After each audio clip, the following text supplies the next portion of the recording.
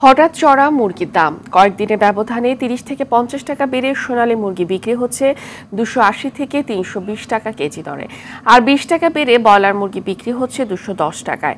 তবে ১০ টাকার মতো কমেছে ডিমের দাম, ডজনে ১০ টাকা কমে ডিম বিক্রি হচ্ছে ১৩০ থেকে ১৩৫ টাকা। এদিকে লিটার প্রতি ৮ টাকা দাম বৃদ্ধির পরও বাজারে সয়াবিন তেলের সরবরাহ স্বাভাবিক হয়নি। বেশ খানিকটা কমেছে পেঁয়াজের দরও। প্রতি কেজি দেশি পেঁয়াজ বিক্রি হচ্ছে ৬০ থেকে ৮০ টাকায়, আর আমদানি করা পেঁয়াজ ৫০ থেকে ৬০ টাকায়। বাজারে আলু সহ কমতির দিকে শীতকালীন সবজির দর।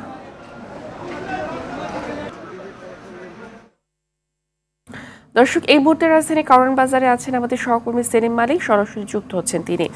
সেলিম, শীতকালীন সবজি সহ নিত্যপণ্যের দামের পরিস্থিতি কি বলছে ভোক্তারা, সরবরাহ কেমন দেখছেন, বিস্তারিত জানাবেন।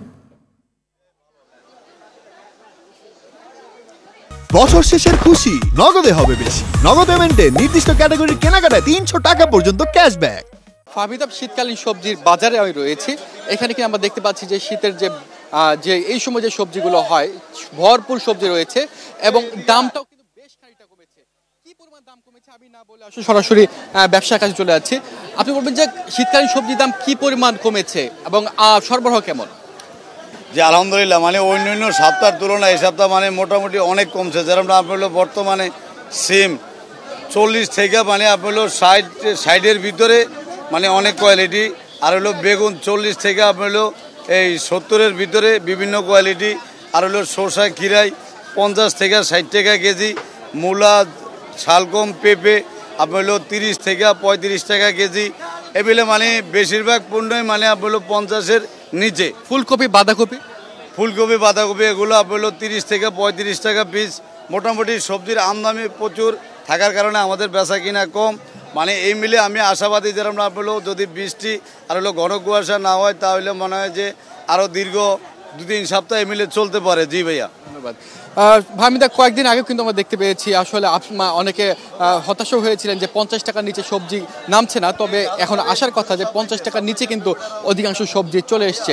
এদিকে যদি অন্যান্য পণ্যের দাম বলি, এখন কিন্তু দেখা যাচ্ছে যে 8 টাকা কিন্তু দাম বেড়েছে আপনার সয়াবিন তেলের, কিন্তু সরবরাহ যে পরিমাণ থাকার কথা ছিল, স্বাভাবিক থাকার কথা ছিল, সেটি কিন্তু এখনও হয়নি। এদিকে আপনার ডিমের দামও কিন্তু বেশ খানিকটা কমেছে। 10 টাকা কমে ডিম এখন এই সপ্তাহে বিক্রি হচ্ছে 130 টাকা ডজনে। ব্রয়লার এবং সোনালিকা মুরগির দাম বেশ খানিকটা চড়া।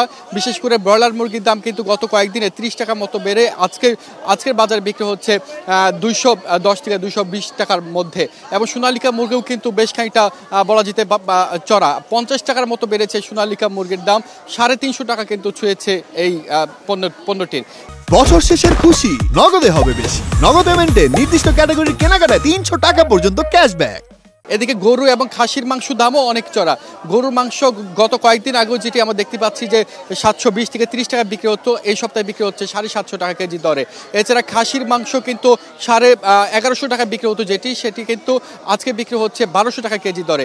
ইলিশ মাছের দামও অনেক চড়া বলা যেতে পারে। 2200 টাকা কিন্তু বিক্রি হতো কয়েকদিন আগেও, আজকে বিক্রি হচ্ছে 2400 টাকা কেজি দরে।